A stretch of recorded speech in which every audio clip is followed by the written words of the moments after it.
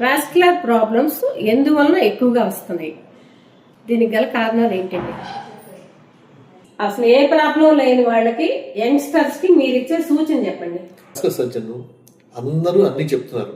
అంటే ఏదొస్తే ఏ ట్రీట్మెంట్ ఇవ్వాలి, ఓపెన్ సర్జరీయా లేకపోతే ఎండోవాస్కులర్ సర్జరీయా లేకపోతే ఏ బైపాసెసా లేకపోతే ఏం చేయాలని. అసలు prevention is better than cure అంటారు. అంటే అసలు ఈ జబ్బులు రాకుండా ఎలా నివారించాలి అది ముఖ్యం అండి. కారణాలు ఎన్ని అయినా సరే ఎలా నివారించాలనేది మనం జాస్ పెట్టామనుకోండి, అసలు మనకి వాస్కులర్ సర్జన్ కన్సల్టేషన్ అవసరం లేదు. ఎలాగంటే life style modifications, regular physical exercise అది కల్టివేట్ చేసుకోవాలండి. ఇప్పుడు జపాన్లో పెద్దల మాటలు చిన్నపిల్లలు విన్నట్టు మన మాటలు మన పిల్లలు వినాలి, మనం పెద్దవాళ్ళ మాటలు వినాలి.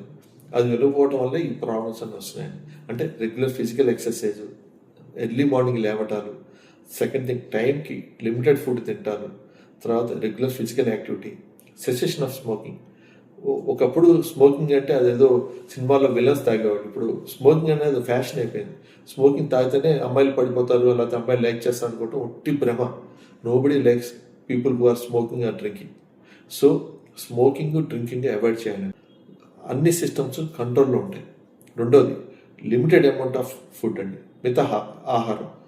హెవీగా తింటారు, మిడ్ నైట్ బిర్యానీస్, ఎందుకంటే ఇవన్నీ ఇప్పుడు సిస్టంలో లేవు. పూర్వం టైంకి తినేవాళ్ళ 3 పూట్ల లేకపోతే 2 or 3 times is okay. But ఇప్పుడు రెగ్యులర్గా వితౌట్ ఫిజికల్ ఎక్సర్సైజ్ అన్నీ తినేయటం, హై కొలెస్ట్రాల్ కంటెంట్ ఉండడం, దీనివల్ల ఫిజికల్ యాక్టివిటీ లేకపోవటం వల్ల uncontrolled diabetes, uncontrolled hyper tension, ఈ కారణాల వల్ల ఈ ప్రాబ్లమ్స్ అన్నీ వస్తున్నాయి, వాస్కులర్ డిసీజ్. సో మనం ఇవన్నీ కంట్రోల్ చేయగలిగితే అసలు కొలెస్ట్రాల్ ఉండదు, బీపీలు షుగర్ కంట్రోల్లో ఉంచుకుని రెగ్యులర్ మెడికేషన్స్ వేసుకుని ఉంటే అసలు ఈ ప్రాబ్లమ్స్ రాకుండా మనం అవాయిడ్ చేయొచ్చండి.